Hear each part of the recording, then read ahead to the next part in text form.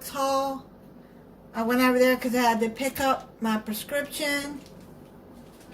I got a turkey sub sandwich on a 5-grain bread. Their subs are really good. Then I got some donuts, a 6-pack, chocolate glaze and glaze. They kind of got messed up because it's hot outside, but I'll put them in the refrigerator. They'll be alright. Some cream cheese that I need for a recipe. Publix brand whipped topping that I need for a recipe.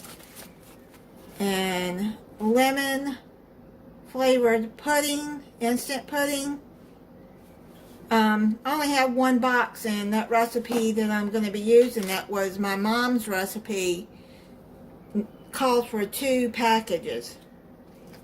Got some southern style potato salad, just an 8-ounce. I like their potato salad. And strawberry yogurt parfait. Oh, it's strawberry blueberry. Okay. I like that. That's really good too. And then their brand of loaf bread. And then I got a Reese's peanut butter cup. That's it on my Publix haul. Like I said, it wasn't much.